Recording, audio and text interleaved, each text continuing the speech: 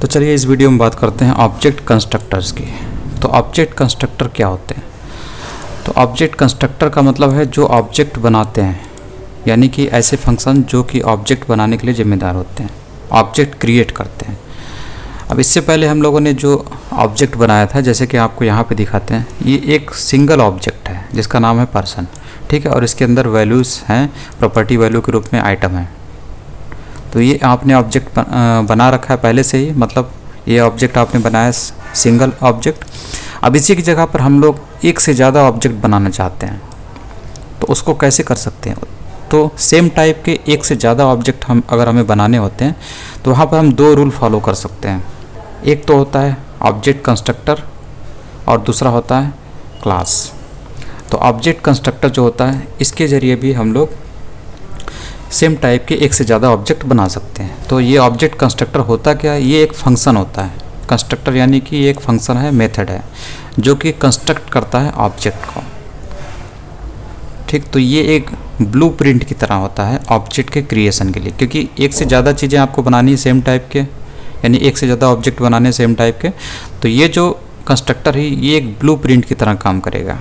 जैसे कि क्लास होता है, उससे भी हम लोग ऑब्जेक्ट बनाते हैं, वो भी ऑब्जेक्ट के लिए एक टेम्पलेट का काम करता है। तो यहाँ पर ये फंक्शन है पर्सन, और ये क्या है? एक कंस्ट्रक्टर है, ऑब्जेक्ट कंस्ट्रक्टर। और इसके अंदर आपको ये सारे जो प्रॉपर्टीज़ दिख रहे होंगे, ठीक है।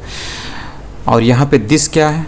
ये जो दिस इंडिकेट कर रहा है ना, ये दिस उस ऑब्जेक्ट को इंडिकेट करता है जिसको ये कंस्ट्रक्टर बनाएगा, ठीक। तो अभी ये एक ब्लूप्रिंट की तरह है। अब इससे हम लोग ऑब्जेक्ट बनाएंगे, तो इसको बना के देखते हैं कैसे बनाते हैं।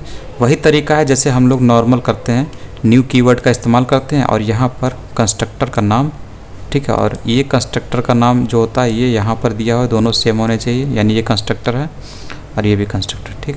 तो ये जो है कंस्ट्रक्टर की कॉलिंग कर रहा है, ठीक है। यहाँ से वैल्यू सप्लाई की जाती है, थोड़ा सा इधर कर लें, यहाँ से वैल्यू सप्लाई की जाती है। ये जॉन, डूई और 50 ब्लू, ये चारों जाकर यहाँ पर रिसीव होती हैं। और उसके बाद ये first name, last name, age और आई कलर, ये सभी वैल्यूज़, ये जो प्रॉपर्टी हैं ये इनिशियलाइज हो जाती हैं। किसके लिए इनिशियलाइज हो जाती हैं? दिस के लिए। यहाँ पे दिस क्या है? दिस, ये जो माई फादर है यही है, ठीक। ये माई फादर क्या है? एक ऑब्जेक्ट है जिसे बनाया गया पर्सन नाम के कंस्ट्रक्टर से, ऑब्जेक्ट कंस्ट्रक्टर से। तो ये जो दिस है ये इंडिकेट कर रहे हैं इस माई फादर नाम के ऑब्जेक्ट को, जो कि अभी बनाया गया। और ये जो फर्स्ट नेम, लास्ट नेम है, ये सब अब प्रॉपर्टी किसकी हो गई? इस ऑब्जेक्ट की। माई फादर जो ऑब्जेक्ट है उसकी प्रॉपर्टीज़ हो गई, ठीक है। और ये उसकी वैल्यूज़ हो गई। तो ये जो ऑब्जेक्ट है इसने सभी को, जो वैल्यूज़ हैं सभी को, ये जो वैल्यूज़ हैं सभी जो प्रॉपर्टी इन्हें वैल्यू सप्लाई कर दी, उन्हें इनिशियलाइज कर दिया। तो हमारा एक ऑब्जेक्ट तैयार हो गया, ठीक है। और उसके बाद जब इसे हम लोग एक्सेस करते हैं, मतलब इन चीज़ों को जब हम लोग एक्सेस करेंगे तो कैसे एक्सेस करेंगे?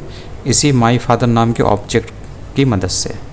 तो देखिए, अगर इसे एक्सेस करना है तो कैसे किया? माई फादर डॉट एज, इससे आपको ये वैल्यू मिल जाएगी, एज की वैल्यू, ठीक है, जो कि यहाँ से भेजी गई थी, जो कि यहाँ रिसीव हो रही थी और यहाँ पर इनिशियलाइज हो गई इसके एज के रूप में। तो इससे कितना मिलेगा? माई फादर डॉट एज से 50, ठीक। और बाकी ये स्ट्रिंग तो आपको दिखाई देगी। तो इतनी चीज़ों से आपको ये दिख रहा है। तो इस तरीके से ऑब्जेक्ट कंस्ट्रक्टर होता है। कुछ चीज़ें इसमें आपको ध्यान में रखनी है। ये जो ऑब्जेक्ट कंस्ट्रक्टर होता है, इसका जो पहला लेटर होता है वो आपको अपर केस में लिखना है, ठीक है, जैसा कि यहाँ पर आपको दिख रहा है।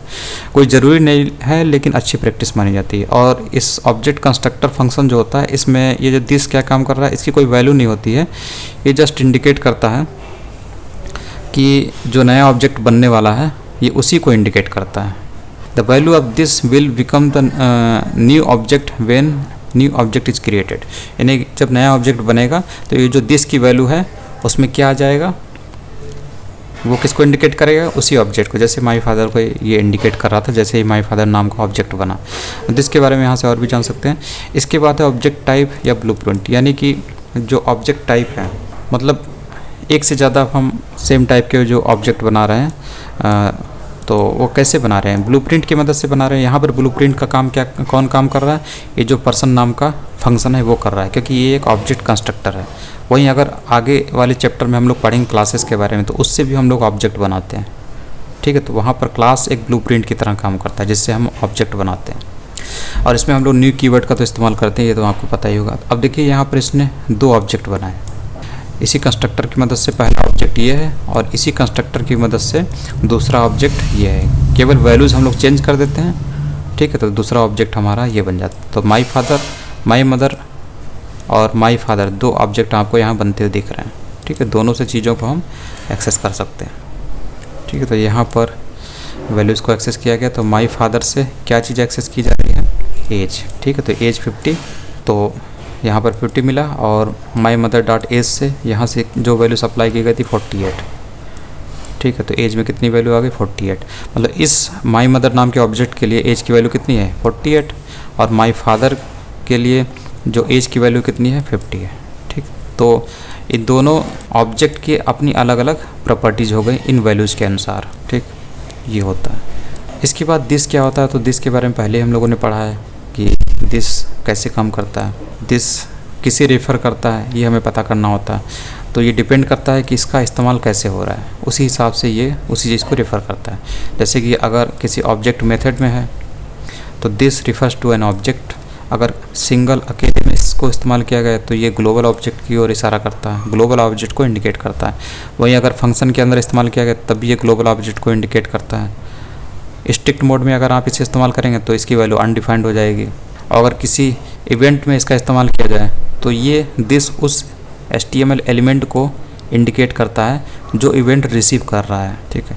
और इसके अलावा जो कॉल, अप्लाई, बाइंड मेथड हैं ये दिस को किसी भी ऑब्जेक्ट से बाइंड कर सकते हैं, रेफ़र कर सकते हैं, ठीक है। तो दिस जो होता है कोई वेरिएबल नहीं होता है बल्कि एक कीवर्ड है, हम इसकी वैल्यू चेंज नहीं कर सकते। दिस के बारे में यहाँ से पढ़ सकते हैं, इससे पहले भी कई लेक्चर में मैंने ये पढ़ाया है।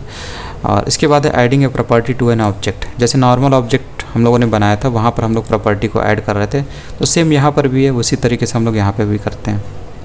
देखिए जैसे माई फादर क्या है, एक ऑब्जेक्ट है, और इसमें नेशनलिटी नाम की एक प्रॉपर्टी हम लोग ऐड करने जा रहे हैं जिसकी वैल्यू क्या रहेगी, इंग्लिश, तो ये ऐड हो जाएगा इसमें, ठीक। तो सेम वैसे ही है जैसे हम लोग नॉर्मल ऑब्जेक्ट, सिंगल ऑब्जेक्ट बना रहे थे वैल्यूज़ देकर, उसी तरीके से ये भी है, ठीक है। उसके बाद यहाँ इसने एक्सेस किया माई फादर डॉट नेशनलिटी से, तो आपको दिख रहा है यहाँ पर इसकी वैल्यू, क्योंकि ये क्या हो गई, ये अब ये जो ऑब्जेक्ट बना है माई फादर इसकी प्रॉपर्टी हो गई, ठीक। और उसके बाद adding a method to an object, हम लोग मेथड जैसे नॉर्मल ऑब्जेक्ट में हम लोग मेथड ऐड करते थे, जैसे इस एग्जांपल को यहाँ पे समझते हैं। ये पिछला वाला जो लेक्चर था उसमें था, जैसे यहाँ पर आपको कोई मेथड दिखाई देगा, यहाँ पे तो आपको दिख नहीं रहा है, तो इसके अगले वाले लेक्चर में हो सकता है। हाँ ये मेथड देखिए, यहाँ पर ये मेथड था, ठीक। ये जो नॉर्मल ऑब्जेक्ट हम लोगों ने बनाया था यहाँ पर आपको ये मेथड दिख रहा है। उसी तरीके से यहाँ पर भी है कि हम लोग इसको कैसे ऐड कर सकते हैं, ठीक है। तो ये माई फादर क्या है, एक ऑब्जेक्ट है, उसके बाद नेम क्या है, एक प्रॉपर्टी है, और उसकी वैल्यू क्या है, एक फंक्शन के रूप में है, फंक्शन डिफिनीशन के रूप में है, ठीक है। तो ये जाके माई फादर में नेम जो है प्रॉपर्टी और उसकी ये वैल्यू, इस हिसाब से ये माई फादर जो ऑब्जेक्ट है उसकी प्रॉपर्टी के रूप में ये ऐड हो जाता है। तो अब इसके बाद इसको अगर आपको कॉल करना है तो कॉल करने का तरीका वही है जैसे हम लोग इससे कैसे कॉल करते हैं। ये जो वेरिएबल है यानी कि ये जो प्रॉपर्टी है इसमें हम लोग क्या लगा देते हैं, पैरेंथेसिस लगा देते हैं, ठीक है। तो माई फादर डॉट नेम और उसके आगे पैरेंथेसिस, इतना लगाने से ही आपका ये जो मेथड था ये कॉल हो जाएगा। और ये क्या रिटर्न कर रहा है, this dot first name, this किसको इंडिकेट कर रहा है, इसी माई फादर को। तो माई फादर में फर्स्ट नेम की क्या वैल्यू है, माई फादर में फर्स्ट नेम की क्या वैल्यू है, जॉन, और उसके बाद माई फादर यानी दिस यानी माई फादर में लास्ट नेम की क्या वैल्यू है, डोई। तो इससे आपको क्या मिल जाएगा, जब इस मेथड को कॉल किया जाएगा इस वेरिएबल की मदद से या इस प्रॉपर्टी की मदद से, तो आपको ये यहाँ से जॉन डोई मिल जाएगा, ठीक। तो इसीलिए आपको जॉन डोई लिखा हुआ दिख रहा है, और उससे पहले ये तो स्ट्रिंग आपको दिखाई देगी यहाँ पे, ठीक। तो अब इन दोनों मेथड में हम लोगों ने देखा, एक प्रॉपर्टी को ऐड किया ऑब्जेक्ट के साथ, उसके बाद मेथड को ऐड किया ऑब्जेक्ट के साथ। इसमें एक चीज़ की हम लोगों को कमी दिखाई दी, वो ये है कि जैसे कि हम लोग यहाँ पर ऐड करते हैं तो यहाँ पर आप इस कंस्ट्रक्टर के बाहर इस प्रॉपर्टी को ऐड कर रहे हैं, ठीक है। तो ये आपको यहाँ पर ऑब्जेक्ट बताना पड़ रहा है, ठीक। तो जब आप यहाँ पर एक्सेस कर रहे होते हैं इस नेशनलिटी प्रॉपर्टी को, जो कि अब माई फादर जो ऑब्जेक्ट है उसकी प्रॉपर्टी है, तो यहाँ पर आपको क्या मिल रहा है, यहाँ पर तो आपको चलिए मिल जा रहा है इंग्लिश, इस यही वैल्यू, ठीक। लेकिन अब अगर ये जो मदर ऑब्जेक्ट बनाया गया है इसकी प्रॉपर्टी, यहाँ इसके लिए भी एक नई प्रॉपर्टी आप बनाना चाहते हैं, तो यहाँ पर आपको लिखना पड़ेगा my mother dot something equals to something, मतलब एक और प्रॉपर्टी आपको बनानी पड़ेगी, ठीक। और सेम नाम की बनाना चाहते हैं तो सेम नाम की भी यहाँ पे बन जाएगी। जैसे किसी को हम लोग कॉपी कर लेते हैं और यहाँ पे रख देते हैं, बस आपको ये चेंज करना है कि ये आप यहाँ पर रख दीजिए, ठीक। तो माई मदर डॉट नेशनलिटी, ठीक, इससे भी आपकी इंग्लिश आ गई। अब यहाँ पर अगर हम लोग एक्सेस कर रहे हैं, मान लीजिए यहाँ पर प्लस सिंबल लगा देते हैं और इसको हम लोग एक्सेस कर लें, माई मदर की एक नई प्रॉपर्टी बन गई इंग्लिश नेशनलिटी, ठीक है। तो यहाँ पर अगर इसको एक्सेस करते हैं तो आपको दोनों चीज़ें आगे दिखाई देंगी। ये जो इंग्लिश आया है, ये पहला वाला जो इंग्लिश आया है वो इससे आया है, फादर की जो नेशनलिटी प्रॉपर्टी उससे, और जो दूसरा वाला इंग्लिश है वो मदर जो ऑब्जेक्ट है उसकी जो नेशनलिटी प्रॉपर्टी उससे ये वैल्यू आई है इंग्लिश, ठीक है। तो दोनों की वैल्यू आपको मिल गई। तो यहाँ आपको यहाँ पर डबल बार 2 बार लिखना पड़ रहा है। एक तो प्रॉब्लम आपको ये दिख रही है, और ये जो मेथड है इसमें भी आपको सेम टाइप की प्रॉब्लम दिख रही है जब आप मेथड ऐड करते हैं ऑब्जेक्ट के साथ। तो इसमें देखिए क्या हो रहा है, इसमें भी ये माई फादर जो है, इस माई फादर की जो प्रॉपर्टी है नेम, ठीक है, जिसमें एक फंक्शन डेफिनेशन है। तो आप जब कॉल करेंगे इस नेम को तो वो माई फादर के लिए होगा, ठीक है, मदर के लिए तो कुछ है ही नहीं। तो यहाँ पर भी आपको फिर से एक बार फिर से इसी टाइप से आपको यहाँ पर डिफ़ाइन करना पड़ेगा, मतलब आपको एक नेम मेथड ऐड करना पड़ेगा इस माई मदर ऑब्जेक्ट के लिए, सेकेंड ऑब्जेक्ट के लिए। तो आपको, आप देख रहे होंगे कि आपको ये काम डबल बार करना पड़ रहा है, ठीक। तो इसी चीज़ को रोकने के लिए कुछ तरीके होते हैं, वो ये होते हैं कि आप जो भी चीज़ ऐड कर रहे हैं, या फिर प्रॉपर्टी हो या फिर आपका जो मेथड हो, उसे आपको कंस्ट्रक्टर में ऐड करना चाहिए, ठीक है, ना कि आप ऑब्जेक्ट जो कंस्ट्रक्टर है उससे बाहर ऐड करते हैं, वो काम नहीं करना चाहिए। यहाँ पर यही चीज़ बताई जा रही है। तो यहाँ पर वही चीज़ लिखी हुई है कि आप अगर किसी प्रॉपर्टी को कंस्ट्रक्टर में ऐड करना चाहते हैं तो you can not add a new property to an object constructor the same way you add a new property to an existing object.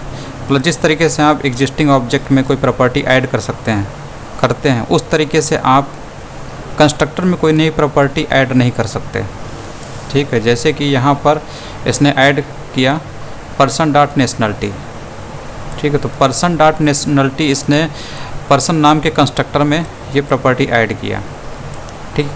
तो इस तरीके से आप कर सकते थे जब आपका पर्सन ऑब्जेक्ट होता और वहाँ पर जो ऑब्जेक्ट बनता उसमें नेशनलिटी आपने ऐड किया, तो इस तरीके से कर सकते थे। लेकिन जो कंस्ट्रक्टर है उसको, जो प्रॉपर्टी है उसको कंस्ट्रक्टर से बाहर आप ऐड नहीं कर सकते इस तरीके से, जैसा कि आप ऑब्जेक्ट में प्रॉपर्टी ऐड करने के लिए करते हैं। वहाँ पे तो पॉसिबल है, लेकिन यहाँ पर नहीं पॉसिबल है। कंस्ट्रक्टर में आप कंस्ट्रक्टर के बाहर प्रॉपर्टी ऐड नहीं कर सकते, ठीक है। इसलिए देखिए यहाँ पर अनडिफाइंड आ रहा है, क्योंकि जब माई फादर डॉट नेशनलिटी, इससे माई फादर ऑब्जेक्ट की नेशनलिटी की इसने बात की, तो यहाँ पर कुछ आया ही नहीं, क्योंकि आपने यहाँ पर पर्सन नाम के कंस्ट्रक्टर से बाहर पर्सन में नेशनलिटी नाम की प्रॉपर्टी ऐड करने की कोशिश की। तो ये रॉन्ग हो जाता है। इससे आपको ये जो माई फादर डॉट नेशनलिटी, इससे आपको अनडिफाइंड मिलता है। ये तभी पॉसिबल है जब आप यहाँ पर माई फादर करिए। जब आप यहाँ पर माई फादर करेंगे, इसको हम लोग कट करके यहाँ से लिख लेते हैं यहाँ पर, और यहाँ पर कर देते हैं इसको माई फादर, ठीक है। तब आपके लिए ये पॉसिबल होगा। आपको इसका आंसर मिल गया इंग्लिश। और यही चीज़ मेथड के लिए भी है। मेथड के लिए भी सेम चीज़ है, उसमें भी आप ये काम नहीं कर सकते डायरेक्टली, ठीक है। You can not add new method to an object constructor the same way you add new method to an existing object, ठीक है। इसमें भी आप नहीं कर सकते। तो चाहे प्रॉपर्टी हो या फिर मेथड हो, दोनों को आपको कंस्ट्रक्टर जो फंक्शन है उसके अंदर ही रखना पड़ेगा, ताकि जो ऑब्जेक्ट उस कंस्ट्रक्टर की मदद से बनाए जाते हैं वो उन प्रॉपर्टीज़ को इस्तेमाल कर सकें। तो उससे ये हम लोग देखेंगे। इससे पहले हम लोग ये देख लेते हैं कि ये जो तरीका था कि आप जिस तरीके से ऑब्जेक्ट में प्रॉपर्टी को ऐड करते हैं, उसी सेम तरीके का इस्तेमाल आप कंस्ट्रक्टर, जो ऑब्जेक्ट कंस्ट्रक्टर है उसमें नई प्रॉपर्टी ऐड करने के लिए नहीं कर सकते। तो इसके लिए क्या सलूशन हो सकता है? सलूशन ये है कि जो भी आप लिखेंगे, जो भी आप प्रॉपर्टी ऐड करेंगे ऑब्जेक्ट कंस्ट्रक्टर में, आपको वो प्रॉपर्टी कंस्ट्रक्टर के अंदर ही आपको लिखना पड़ेगा, जैसे कि यहाँ पर इसने किया है। तो इस तरीके से आप लिख सकते हैं, इसके बाहर नहीं लिख सकते। और अगर कंस्ट्रक्टर से बाहर अगर आपने किसी प्रॉपर्टी को लिखा भी तो उसे आपको हर एक ऑब्जेक्ट के साथ लिखना पड़ेगा। जैसे कि नेशनलिटी है तो नेशनलिटी को इस ऑब्जेक्ट के साथ लिखेंगे, तो इस ऑब्जेक्ट की प्रॉपर्टी बनाएंगे तो आपको my father dot nationality equals to something यानी इंग्लिश लिखना पड़ेगा। फिर उसके बाद आपको my mother dot nationality equals to English ऐसे करके लिखना पड़ेगा अगर आप इस कंस्ट्रक्टर से बाहर ऑब्जेक्ट की प्रॉपर्टी को बनाना चाहते हैं। ठीक है, यहाँ पे इसने प्रॉपर्टी ऐड किया इस कंस्ट्रक्टर ऑब्जेक्ट कंस्ट्रक्टर में, नेशनलिटी इंग्लिश। ठीक है, और उसके बाद माई फादर नाम का एक नया ऑब्जेक्ट बनाया इस कंस्ट्रक्टर की मदद से, पर्सन नाम के कंस्ट्रक्टर की मदद से। और उसके बाद यहाँ पर माई फादर डॉट नेशनलिटी, इससे भी आपको क्या मिलेगा, इंग्लिश मिल गया। और उसके बाद माई मदर डॉट नेशनलिटी, इससे भी आपको इंग्लिश मिल गया, क्योंकि नेशनलिटी में क्या वैल्यू है, इंग्लिश। इस तरीके से आप कर सकते हैं। ठीक है, पर्सन कंस्ट्रक्टर में प्रॉपर्टी ऐड किया और उसके बाद फादर और मदर नाम के दो ऑब्जेक्ट ने इसको एक्सेस कर लिया। ठीक है, तो ये तरीका था। और इसके बाद है कि adding method to a constructor. ठीक है, तो ये मेथड को ऐड कर रहा है कंस्ट्रक्टर के अंदर। तो आप कंस्ट्रक्टर के अंदर मेथड को डिफाइन कर सकते हैं, जैसा कि यहाँ पर कर रहा है। तो इसको देख लेते हैं। तो आप यहाँ पे देखिए, पर्सन नाम का ये कंस्ट्रक्टर है और इसके अंदर एक मेथड है यहाँ पर। ठीक है, नेम प्रॉपर्टी में ये फंक्शन डिफिनेशन मेथड है। ठीक है, अब देखिए इसका आपको आउटपुट, क्योंकि माई फादर एक ऑब्जेक्ट बनाया गया है इसी पर्सन कंस्ट्रक्टर से। ठीक है, और ये सारी वैल्यू जो है यहाँ पे गई हैं और उसकी वजह से ये जो प्रॉपर्टीज़ है ये सब इनिशलाइज हो गई हैं, इनमें वैल्यू आ गई है। उसके बाद इन वैल्यूज़ को ये जो माई फादर नाम का ऑब्जेक्ट है एक्सेस कर सकता है। ठीक है, तो अभी ये एक्सेस कर रहा है नेम नाम के प्रॉपर्टी को, अपनी प्रॉपर्टी को। ठीक है, तो नेम नाम की प्रॉपर्टी को एक्सेस करने के लिए उसमें, चूँकि ये मेथड से संबंधित है, एक फंक्शन को कॉल किया जाना है यहाँ पर, इसलिए यहाँ पर पैरेंथेसिस लगाया और इससे आपको मिल जाता है ये रिटर्न, यानी ये जो फंक्शन रिटर्न करता है वही आपको रिटर्न मिल जाता है। और इस रिटर्न से आपको क्या मिलेगा, जॉन डोई मिलेगा, इससे आपको जॉन मिलेगा, इससे आपको डोई मिलेगा। ठीक है, तो इसलिए आपको ये वाला आंसर दिख रहा होगा। ठीक है, तो यही चीज़ है two you can not add a new method to an object constructor the same way you add a new method to an existing object. ठीक है, जिस तरीके से आप किसी एग्जिस्टिंग ऑब्जेक्ट में नया मेथड ऐड करते थे, उस तरीके का इस्तेमाल आप कंस्ट्रक्टर में नया मेथड ऐड करने के लिए नहीं कर सकते। ठीक है, इसके लिए आपको जो मेथड है उसको कंस्ट्रक्टर के अंदर ही बनाना होगा, जैसा कि यहाँ पर इसने बनाया। ठीक है, उसके बाद है बिल्ट इन जावास्क्रिप्ट कंस्ट्रक्टर्स। तो ये बिल्ट इन जावास्क्रिप्ट कंस्ट्रक्टर है जो कि नेटिव ऑब्जेक्ट्स बनाने के लिए होता है। जैसे कि आपका स्ट्रिंग है, नॉर्मल स्ट्रिंग आप बनाते ही हैं लिटरल से प्रिमिटिव टाइप में, लेकिन यहाँ पर अगर आप उस पर थोड़े ज़्यादा ऑपरेशन करना चाहते हैं तो आपको उसे कंस्ट्रक्टर के रूप में बनाना पड़ता है। तो ये न्यू स्ट्रिंग, इससे आपका एक स्ट्रिंग ऑब्जेक्ट तैयार होता है। उसी तरीके से न्यू नंबर, इससे आपका एक नंबर ऑब्जेक्ट तैयार होता है। बूलियन ऑब्जेक्ट इससे तैयार होता है, इससे एक ऑब्जेक्ट, और इससे एक एरे ऑब्जेक्ट, इससे रेगुलर एक्सप्रेशन ऑब्जेक्ट, और इससे फंक्शन ऑब्जेक्ट, और इससे डेट नाम का ऑब्जेक्ट। तो ये सभी बिल्ट इन ऑब्जेक्ट हैं जो कि जिससे आप इंफॉर्मेशन कलेक्ट कर सकते हैं। बहुत सारी जो मेथड होते हैं जो कि हमें प्रोवाइड किए जाते हैं इन ऑब्जेक्ट से इंफॉर्मेशन निकालने की, तो ये चीज़ है। और इसके बाद है कि math object is not in the list. जो मैथ ऑब्जेक्ट है इस लिस्ट में नहीं है, क्योंकि मैथ जो होता है वो ग्लोबल ऑब्जेक्ट होता है और इसके लिए न्यू कीवर्ड का इस्तेमाल मैथ पे नहीं किया जाता है। इसके बाद है कि ये बता रहा है कि जो नॉर्मल होते हैं, जिनको नॉर्मल जो डेटा टाइप होते हैं, जैसे जो प्रिमिटिव टाइप होते हैं, जैसे स्ट्रिंग हो गया, नंबर हो गया, बूलियंस होगा, तो इनको हम लोग नॉर्मली प्रिमिटिव डेटा टाइप के रूप में इस्तेमाल करें तो बेहतर माना जाता है। इसके लिए हमें कॉम्प्लेक्स ऑब्जेक्ट नहीं बनाने चाहिए। जैसे अगर हमारा काम इस नॉर्मल स्ट्रिंग लिटरल से चल रहा है तो हमें इसे बनाने के लिए इसकी क्या ज़रूरत है, मतलब ये है कि इसके ज़रिए हमें ऑब्जेक्ट बनाने की क्या ज़रूरत है जब हमारा काम इसी से चल रहा है। इसी टाइप में बाकी भी आपको ये सब दिए हुए हैं, जहाँ पर हमें नॉर्मल जो लिटरल है उसका इस्तेमाल करते हैं और उससे हमारा काम चल जाता है। तो हमें ये जो ऑब्जेक्ट बनाया जा रहा है इनकी क्या ज़रूरत है, यही इसमें बताने की कोशिश कर। तो ऑब्जेक्ट बनाने के तरीके को जो है उसको अवॉइड करना चाहिए। अगर जब ज़रूरत पड़ती है तभी ऑब्जेक्ट बनाना चाहिए, नहीं तो इसका जो नॉर्मल तरीका है लिटरल्स के ज़रिए बनाने का, वही हमें यूज करने चाहिए। जैसे लिटरल्स हैं, इनके ज़रिए हम बना लेते हैं एरे या फिर ऑब्जेक्ट या फिर रेगुलर एक्सप्रेशन में इस्तेमाल करना है, ना कि हमें उनका ऑब्जेक्ट बनाना चाहिए। कम से कम ऑब्जेक्ट का यूज करना चाहिए। और यहाँ पर यही दिया हुआ है, सारे जो हैं नॉर्मल तरीके से इस्तेमाल कर रहा है। अब स्ट्रिंग ऑब्जेक्ट है तो ये नॉर्मल तरीका है, ठीक है। ये स्ट्रिंग लिटरल है जिसके ज़रिए प्रिमिटिव डेटा है, जिसके ज़रिए ये प्रिमिटिव है जिसके ज़रिए नॉर्मल स्ट्रिंग बनाई गई है। और इस तरीके से आप स्ट्रिंग बनाएंगे जॉन नाम की स्ट्रिंग, तो ये थोड़ा सा कॉम्प्लेक्स ऑब्जेक्ट बन जाता है, तो इसे अवॉइड करना चाहिए, ठीक है। उसी तरीके से नंबर के साथ भी है। अब इस तरीके से आपने नॉर्मली एक वेरिएबल बनाया, उसमें नंबर 30 डाल दिया, ठीक है। तो ये नॉर्मल तरीका है नंबर तैयार करने का। और उस आप क्या काम कर रहे हैं, यहाँ से इस तरीके से नंबर बना रहे हैं 30, तो ये ऑब्जेक्ट की तरह बन जाता है, ऑब्जेक्ट बन जाता है जो कि ज़्यादा कॉम्प्लेक्सिटी डाल देता है अपने प्रोग्राम में। जब ज़रूरत नहीं है तब नहीं इस्तेमाल करना चाहिए, ज़रूरत हो तभी इस्तेमाल करें। उसी तरीके से बूलियन के साथ भी ऐसा ही है।